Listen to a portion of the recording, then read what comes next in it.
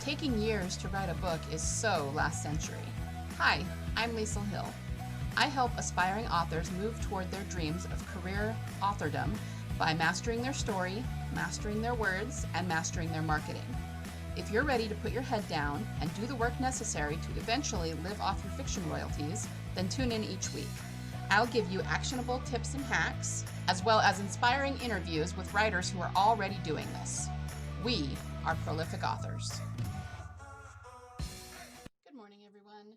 Today I have a super fun interview for you with Ivan Scott, and I had a lot of fun talking to Ivan because he is very unique as an author. He is a man who writes romance, which I personally think happens probably more than we realize, but it's still fun to talk to someone about it, and he's very open about it and very willing to talk about it with us. He's overcome a lot of obstacles like dyslexia, lots of rejections of his first book, typical authorly stuff. So I just really want to get right into the interview. I will say Happy New Year. I hope that everybody had a great holiday. I was actually supposed to be back last week and I didn't quite make that, but I'm back this week. Lots of crazy stuff going on in the world. So now is the time to be focusing on your stories and in bringing, escapism and hope to people's lives. I also do want to mention one other thing. Ivan mentions a website where you can get free templates, and it's called Free Pick. I'm going to put it in the show notes so that you can click on the link, but keep in mind how you spell it. It's free, F-R-E-E-P-I-K, not P-I-C. I was first looking for it and put in P-I-C, and let's just say a very adult website popped up. Okay, so I don't want you to make that mistake. If you're looking for Free Pick, it's F-R-E-E-P-I-K, and you can go to that in the show notes, okay? So I'm not going to say much else. Let's just hop right into the interview with Ivan because there's lots of good stuff in it. All right, so we are here with Ivan Scott. How are you doing today, Ivan? Great, Liesl. How you doing? I'm good. As we were talking about before we hit record, we're recording this in the first week of November, so it's kind of a crazy week and lots going on in the world, right? Yes, there is. There is. Yeah, if you ever get bored, just turn on TV and watch what's going on with political stuff. So Right. Always drama to be had somewhere. Yeah. All right, so you are an author, and why don't we start by just having you introduce yourself and who you are and what you do and what you write. Okay. My name is Ivan Scott, and I live in Atlanta with my family. I have a redheaded wife, and she's kind of the inspiration for the protagonists in my books. So if not, she probably would, kill me. So I'm like, okay, you can be the protagonist. Yeah, we have two kids, and we have a very mischievous rat terrier named Beasley, and you probably have seen her in some of the pictures on my Instagram. So she's not in the room with me right now. Otherwise, she would be hamming it up because it's like, okay, well, what are you doing on that thing that you're typing on that thing there? Why don't you play with me instead? So right. Yeah, so she's great. But yeah, I have written two books. And I'm in the process of writing a third. My books are romantic fiction or contemporary fiction, depending on how you look at it.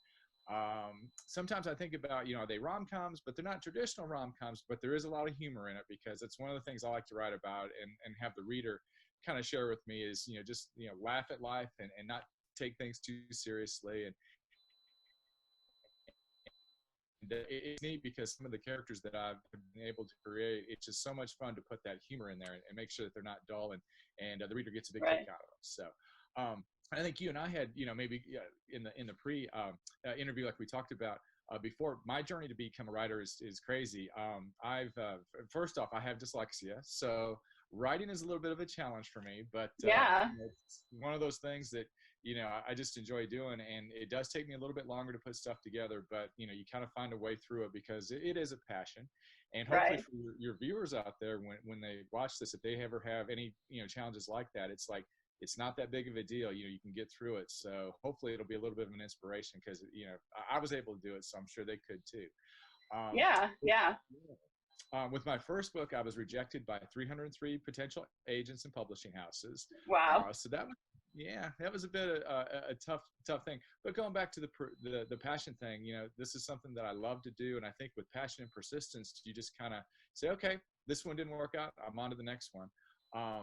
And when I hit the wall there, I was like, okay, well, traditionally, the traditional published route is probably not going to happen. So what are my options? And so that's when I decided to do the self-publishing route. And I'm so fortunate and so blessed that things worked out, and Amazon and Barnes and Noble and some of the other places out there have given me the opportunity to put my work out. So my second book, same kind of thing, ran into the wall, traditionally published. I couldn't, get anybody to help. So decided to self-publish, and, and haven't really looked back since. So for anybody out there that's watching, there are other ways that you can get through it. So don't ever give up. Yeah, good advice. Yeah, so there's a lot to unpack there. So tell us a little bit more about, the dyslexia. How did you overcome it? Are there particular things you have to do in order to get your writing done, or just push through it, or certain exercises, or, tell us about that a little bit more. Yeah, with dyslexia, it's kind of funny because it's one of those things where it does take me a little bit longer, but you kind of look for the positive in any circumstance. And I think with having dyslexia, I'm more creative than I would be when, you just look at certain things and say, okay, it's kind of like a roadmap. Usually people will go from A to Z and they go this direction. But with dyslexia, it's like, okay, I'm going to go A to Z, but I'm going to go A to B, and then maybe to D, and then to S, and then to D, and then finally get there. So it does help with the creative process. Sometimes I will look at it and it's like, you know what, the ideas are just not coming tonight, or the sentences are just not coming. And so sometimes I'll look at it and say, you know what, it's okay to put things away tonight. And then tomorrow you wake up and you say, okay, let's get back to it. So as far as dyslexia, there are times when I get a little frustrated and it's like, you know what, it's just not happening tonight. But that's when you just kind of take a breath. And, sometimes, and this is kind of the way that I kind of cope through it, is I'll say, I'll talk to my characters and I'll say, all right, you guys have the night off. Go to the bar, go get dinner, go out, do whatever you want, and we'll get back together tomorrow. So that's fun. That's liable, Yeah. So, but yeah. And it happens, but the biggest thing is to not let it overtake you and say, you know what, I just can't do this. I'm not smart enough. I'm not good enough. Basically, you just kind of take a breath and say, no problem. Get back to it tomorrow. Right. That's great. That's a really healthy way to look at it. I like that. So you said that you were rejected 303 times. So in between those rejections, were you changing the story at all? Making it, like trying to edit more, or was it the same story every time? Yeah, I did edit, here and there. I would write it and then maybe set it aside for a day or two, and then get a fresh pair of eyes on it, and then say, you know what, yeah, this kind of is a little, let me change this, let me do this. The other thing, Lisa, that was a big help for me was in the writers groups that I'm on in my social media, whether it's, Instagram or Facebook or Twitter, I was able to get what's called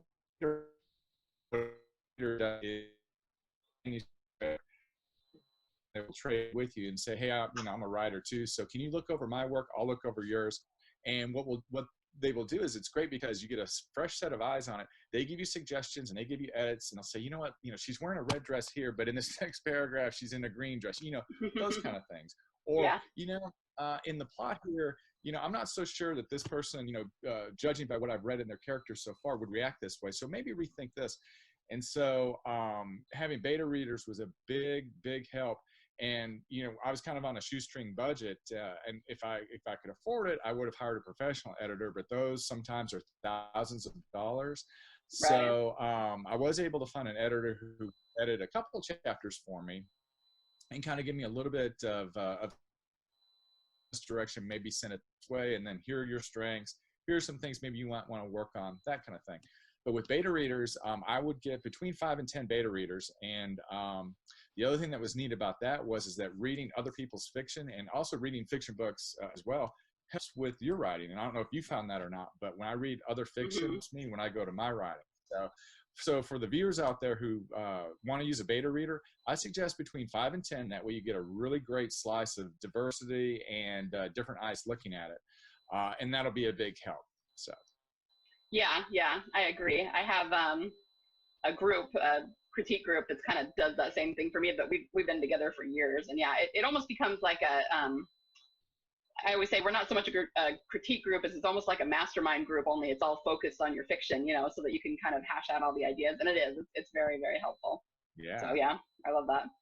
So you did mention Amazon and Barnes and Noble. So are you wide with your fiction then, rather than exclusive? I'm sorry, could you repeat that? Yeah. Are you, you mentioned Barnes and Noble. So are you wide with your fiction then? You're not just exclusive to Amazon?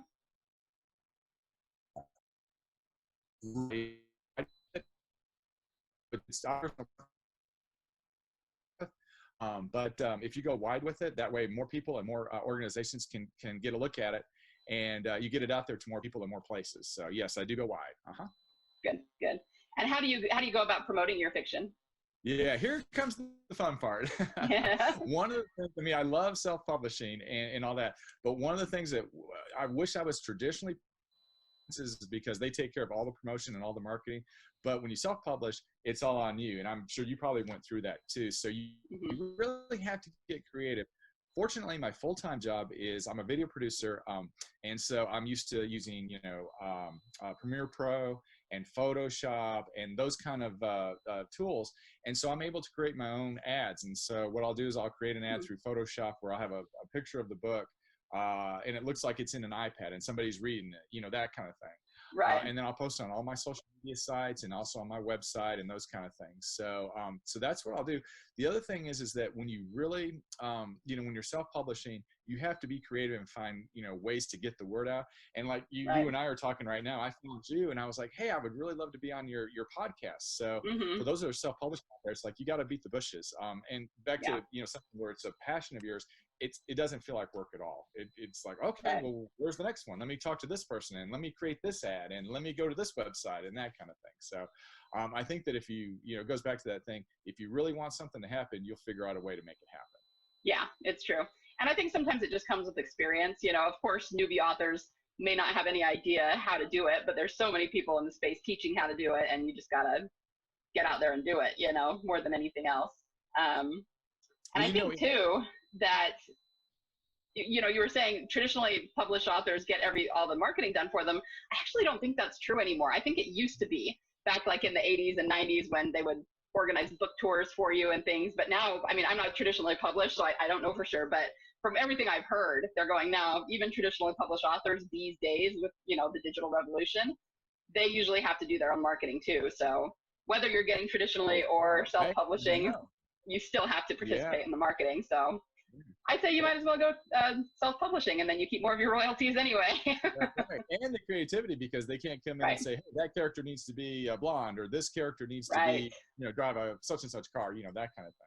No, that's great. And funny about being a self-published author, every day I kind of feel like, okay, I need to learn something new, and I just learned something new, between just self-publishing. So that's great.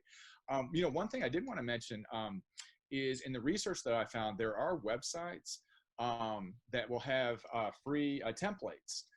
There's one that I use, it's freepick.com, and you can download templates, and then what you do is you just put your cover in where the template is, and then boom, you've got an ad right there that you've just created, and it's really, really simple.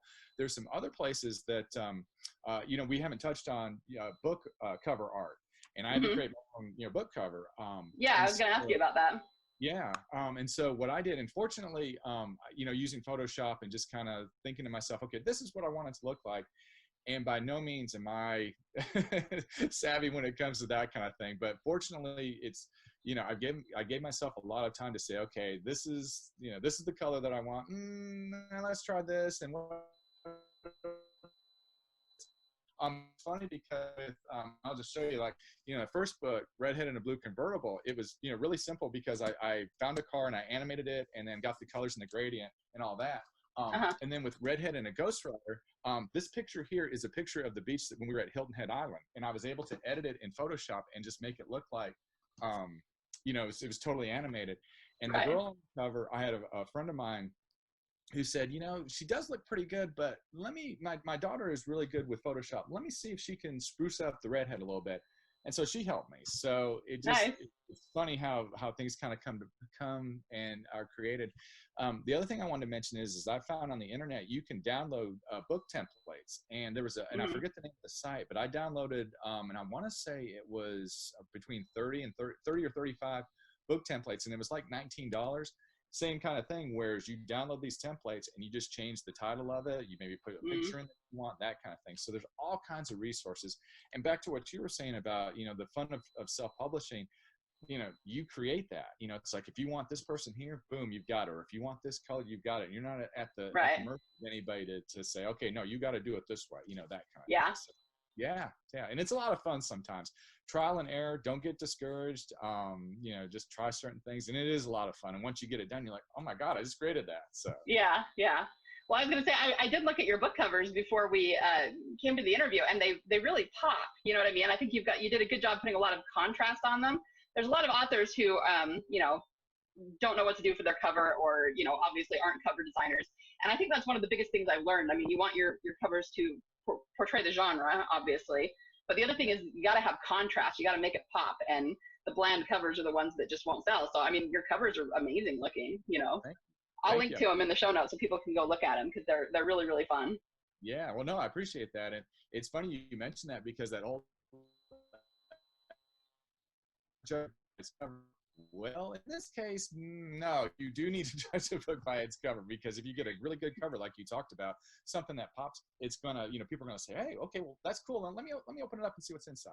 Right. So, and maybe I get that from my wife, because we always joke about, she'll, when she gets dressed for work in the morning, she'll, have like, she's wearing like something red and black. She'll put on like red boots or red shoes or whatever. She's like, okay, I got to pop a color today. And we'll kind of laugh about that. So maybe that's where I got that from. Yeah, maybe. That's fun. Well, no, so tell me this. You talked about how a lot of times traditional or publishing companies can kind of have some say over your creativity. I mean, obviously with the cover and the things that they produce for the book, but even with what's written, like making you change the characters or making you change the story. Did you find that when you were submitting those 303 times and getting rejected? Were they telling you needed to change the story a lot? The feedback that I got, most of it was, the story is compelling, but it's just not for me. There was one, because I'm a member of the Atlanta Writers Club, and so we had a deal where we had a workshop, and one of the critique was, in this character, I think that she needs to be a little stronger in this area, or maybe change her to this. And so I did get a little bit of feedback, but really that was just I only had just the one person that did that. So it was a little discouraging, because I'm like, okay, the story isn't for you. And I totally respect that, because, you got to respect that, this just isn't my bag, or I'm just not that interested. No worries there. But I wasn't getting that feedback of, the story is not believable, or this character is, is kind of a jerk and I don't like him, those kind of things. So that was, it's getting rejected, but why is it getting rejected? So. Right. Yeah, I have a friend who's an author. I won't go into too many details, but she was trying to get a book of hers traditionally published. And the feedback they were giving her, it became really obvious that there was a political agenda in there. And her book wasn't even political. It was a fantasy, but it was like they were so fanatical about that political agenda that they were trying to water down her story. And I just was going, I have such a huge problem with that. I mean, as long as I understand that you don't want to portray anything in fiction that would be offensive to people, but Uncle Tom's Cabin was a world-changing book that now would be considered racist. You know what I mean? And the point is that it was portraying that in a negative light so that it could, kind of spur societal change. And I feel like, not with everybody, obviously, not every company or not every publisher is like this. So it's not a blanket statement, but you have to be careful, I think, about signing with these people, because as you said, if you sign with a publishing company, they do have a certain amount of say over what's in the story. And I feel like, there's kind of a movement of moving away from really visceral stories because they're too afraid of offending people. And from my side of things, I feel like it needs to be more visceral. It needs to be more emotional. It needs to be more over the top if you can possibly make it be, because that's what really makes people feel the story, So what are your thoughts on that? Yeah, I agree. I think, you want to put it out there and you want to reach inside and grab the reader's heart. And I'm not saying you want to do this in a negative light where you want to, have a, whatever, but you want to, stir those emotions.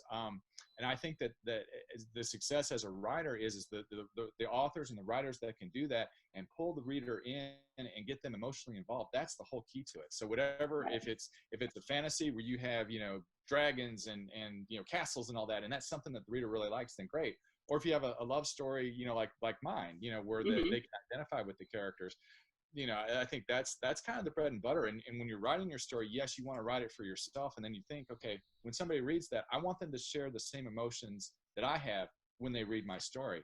Real quick, Right. in my first book, Redhead in a Blue Convertible, the idea that I got for the story was, I saw a story on the internet about an older lady who was called a taxi cab late at night. Cab driver came to get her. Hmm. She had her bags packed, and so the guy thought, well, she's going to the airport, she's going to the bus station, she's going on a trip.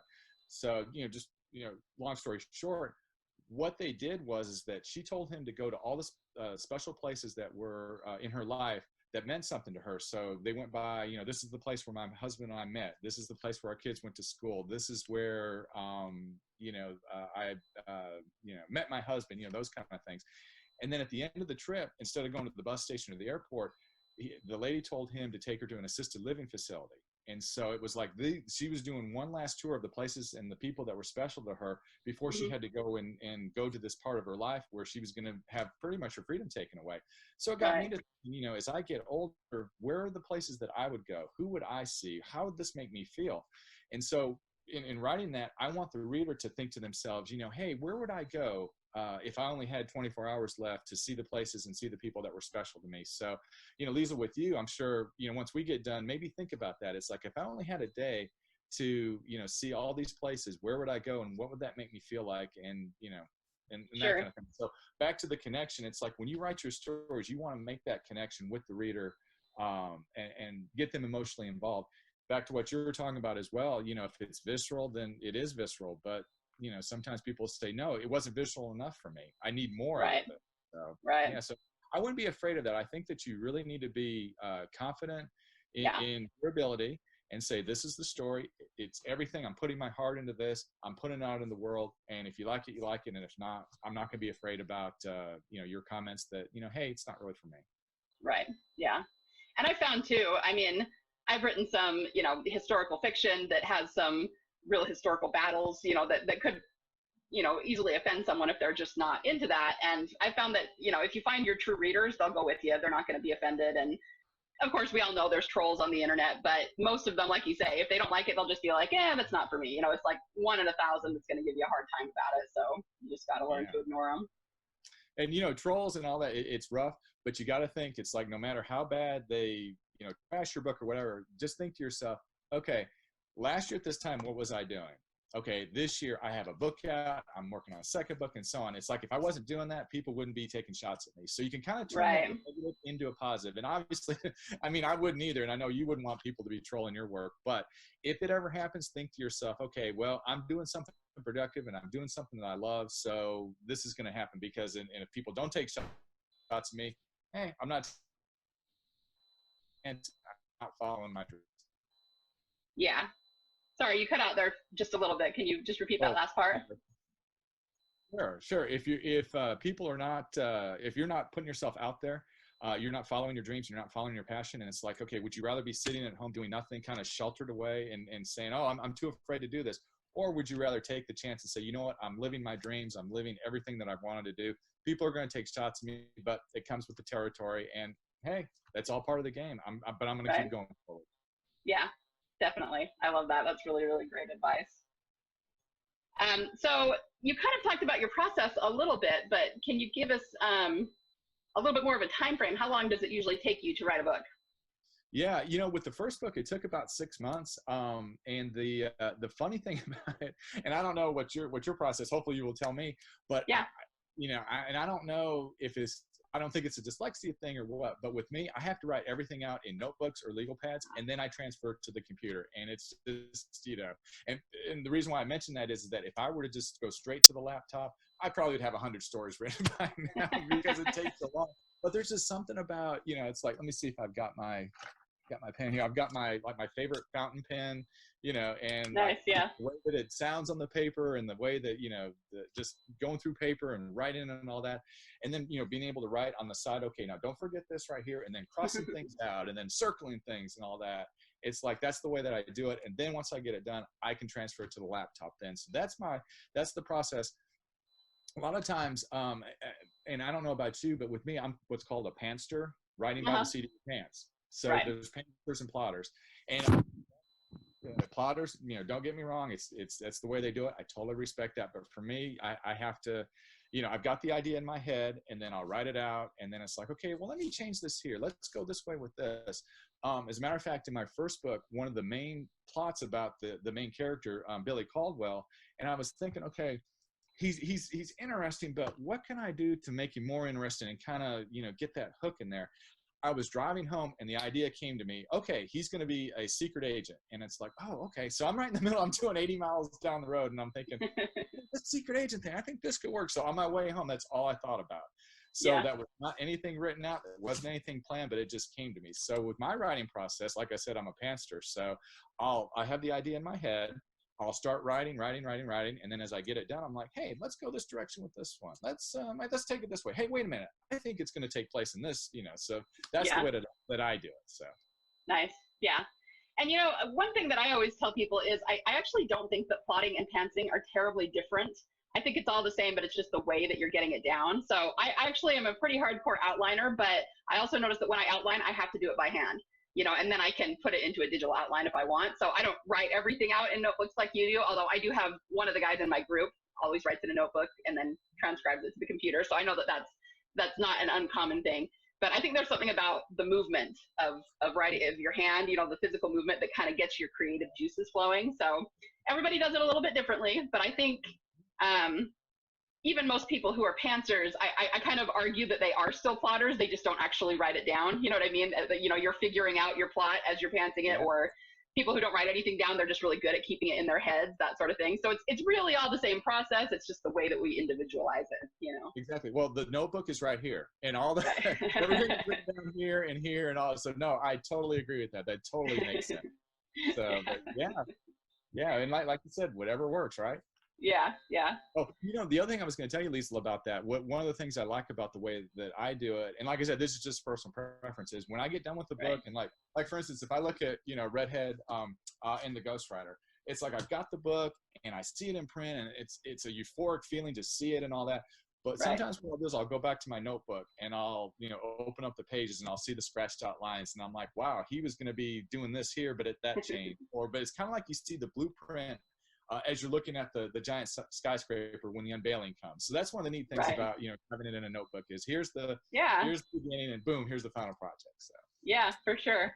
And once you get a bunch of fans on your email list or whatever you do, you could even they would probably really enjoy seeing that and kind of seeing behind the scenes. So that's another fun thing you can play with. Yeah. So let's see, I was going to ask you, I think that there are probably more male writers of romance than people think there are. Everyone always thinks romance is written by women. And I think that there are a lot of men who write it and write under pen names and stuff, so we don't always see them. But do you get any pushback at all being a man who writes romance? Yeah, fortunately so far, no. But I think that part of that is that I want to be true to the character. I want to be true to the process. And I also want to be true to the women that read it and the men that read it as well.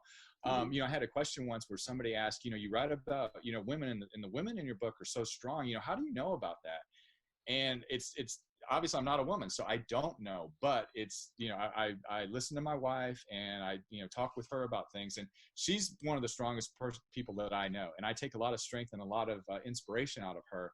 Even in the simplest, not simple as in the process, but, one of the things that happens, with women, in families, they carry a baby. And it's like, I cannot imagine what that would have been like. And we have 2 kids, and it's like, she did it once and then she did it again. I'm like, my God, you have to be the strongest person in the world to go through what you went through. And so I totally respect that. So going into writing female characters, and I love, Sarah Farnsworth is the female character in the first book. And I just loved writing that, because it's like I could take the strength and the inspiration of what my wife goes through on a daily basis and incorporate those into the character, and hopefully, and keep my fingers crossed, I stay true to the female character, some of the emotions that they go through, some of the strength that they have to pull out in certain situations. Part of the inspiration in the first book, my wife lost her job. And my wife has been very successful in what she does. She's in marketing. She's a vice president, and it was just one of those things where she lost her job, and her job was everything to her. And so when she lost it, she had this terrible feeling of, self-worth, where nobody wants me. I'm a terrible person. I'm the worst worker in the world, whatever. It's bad. And so, I had to kind of help her get through that. And, it was kind of like we talked about, the next day she kind of snapped out of it. She's like, you know what, I'm going to get back on the horse. I'm going to do whatever. Got a job, pretty soon after that, and everything was great. But if you read in the first book, what Sarah goes through, a lot of that, and in book, Sarah is a doctor. She's a surgeon, an emergency room surgeon. And obviously my wife is not an emergency room surgeon, but I was able to take that adversity that she went through and those feelings when you hit rock bottom, and it's like, wow, I'm the worst person in the world. And then you get back on your feet and you're like, you know what, I'm not, I can do this. And then you go and have success. And so I think that goes into, like you talked about, writing romance. It's like you have to stay true to the character. And I would never ever do this, but I've read where women will talk about men who write romance, and it's like, oh, you talked about her breasts and you talked about her heart-shaped butt, and I don't want to get too graphic, but I mean those kind of things. And it's like, that's not what a woman, to me, that's not what a woman is about. It's here and it's here. It's in the heart and in the head. I did that wrong. Heart and then the head. There we go. I can get it right. And so that's why, when I write romance, I want to make sure that I do that, because if not, you shouldn't even do it. But that's my opinion about it. And if people want to write about, graphic, parts about, that's fine. I respect that. But I just kind of look at it in a much different way. One of my wife's friends that she knows writes as well. And she said, your husband ought to think about maybe, in his writing romance, maybe he should, take on a female persona and have a female name. And, I did think about it, but I'm like, I don't know. I think that you have to stay true to yourself as a writer too. Yeah. Because if I started writing, romance under a name, if I was, Fiona Hutchinson, whatever, people might say, I don't know about Fiona. She kind of writes like a man, So I want to say that I'm totally transparent. So but it's not easy, but I think that part of our responsibility as writers is you have to put in the work, you have to put in the research, you have to stay true to this. Otherwise, your stories are going to be very flimsy. Right. No, I agree. I was going to make that comment too. I think, if you find the readers that are your readers who will like what you do, they won't be as hard on you as a romance writer, because they know you're a man and it's coming from a male perspective, and they won't expect you to write like a woman, I guess is what I mean to say. But if you took on that persona, then they would, so that's a really interesting way to look at it. And I've heard about men, people complaining about men writing romance that way too. And so I'm sure it happens, but like you said, it's just about approaching it the right way, because I think men who write quote unquote romance that way, they're not actually looking to write romance. They think they are, but they're probably looking to write erotica. And so you've got to not present that to the romance audience who's looking for the emotions, rather than, so I think it's about knowing your audience as well. But it sounds like you know your audience really, really well, so I'm sure. I'm trying. I'm just trying to follow everybody's lead. I'm trying to follow your lead too, because I'm sure you can go with your audience. So I'm just, trying to get it done, and like I said, writing is a passion, and I want to follow it for as long as and as far as I can. Right. And I think that's really what it comes down to for most writers. If it's so hard that you don't want to do it anymore, then you probably shouldn't be doing it. Most of us, it's really hard, but overall, we still want to do it. So that's why we're here, Yeah. I think as a writer and as an author as well, if you're not 100%, your heart is not into it, eventually you're going to get found out, because you're going to hit the wall and you're going to say, you know what, I really don't want to do this. And so it's like, hey, that's fine. But Lisa, I'll tell you, there's been times where it's been 2 a.m. and I've just been like, okay, let me write one more paragraph, or, whatever. Right. Or, I did the audio book for the first one, back to the thing. It was a shoestring budget. A voiceover person, and since I'm video production, I've got stuff on my laptop here that I can record and then edit and all that. And there were times where I'd be up at 4:30 in the morning saying, okay, I got to get this done before I go into my real job, or it was 11 o'clock at night, and it's like, okay, God, I'm dead tired, I got to get up in the morning, but let me just do this one last time. Yeah. Then yeah. Well, you're passionate about something when you're willing to get up at 4:30 in the morning to do it, right? And not squawk about it. It's like you wake up at 4:30 and you're like, hey, I'm looking forward to doing this, instead of, Yeah. Most of us would say that about our day jobs, but not necessarily about our writing. That's right. Yeah. I was going to say, you had asked about my pen names. I mean, I don't do any male personas, but I use 3 different pen names for the different genres, only for a marketing reason, to make sure that I can kind of differentiate them and get them to the right readers. But I also am really transparent about it. I use the same picture, and I say in all of my bios that I write under all three. And when it comes to my email list, I have segments for the different genres, but I also have one that's just like an all genres segment, because they know that I write all three, and if they read all three, they'll, you know what I mean? So I actually have an extra segment there. So I think that's really what it comes down to, is just transparency, and you're right, the right readers for your work will find you eventually. Really? Yeah. Well, let me ask you a quick question. Sure. What is it about writing that, that kind of, like with me, it's, gets my heart beating a million miles an hour going, okay, I get to write it, or all that. For you, what inspired you to do it, and how have you stayed with it so long and keep going with it? It's the thing that makes me happiest, I think. I mean, that's kind of a loaded question. I could kind of go on and on about it. So I've always been someone who made up stories in my head. So I was always living in fantasy worlds more than outward. And it also has to do with my personality. I actually have kind of a hard time showing emotion outwardly. I have to kind of train myself to do that. But I think the stories help me feel it inwardly. You know what I mean? So that it becomes sort of a balance sort of thing. And so that's why I always retreated to stories, when I was younger, when, anything happened at all. So it's always been kind of my safe place. And I want to share that with other people. And I get excited when everyone gets excited about the same story and about the same characters. And so it's just what lights me up, Yeah. It's what I've always done. Absolutely. And I'm sure you would maybe see a picture of something and think, wow, wouldn't it be cool if this person, met this girl, or this event happened, or this murder happened here, and so on. And your mind just kind of takes you from there. I know that's happens with me, right. When I see a picture of something and it's like, wow, wouldn't that be cool? And then you just start writing the story, whether it's in your mind or on paper. And I'm sure you probably went through that same thing too. Yeah. Or else I would be, even like watching movies or TV, it would spark something. And then suddenly I'm not watching it anymore. I'm thinking like my own story up in my head. And it took me a long time to realize that like normal people don't do that. Only writers do that.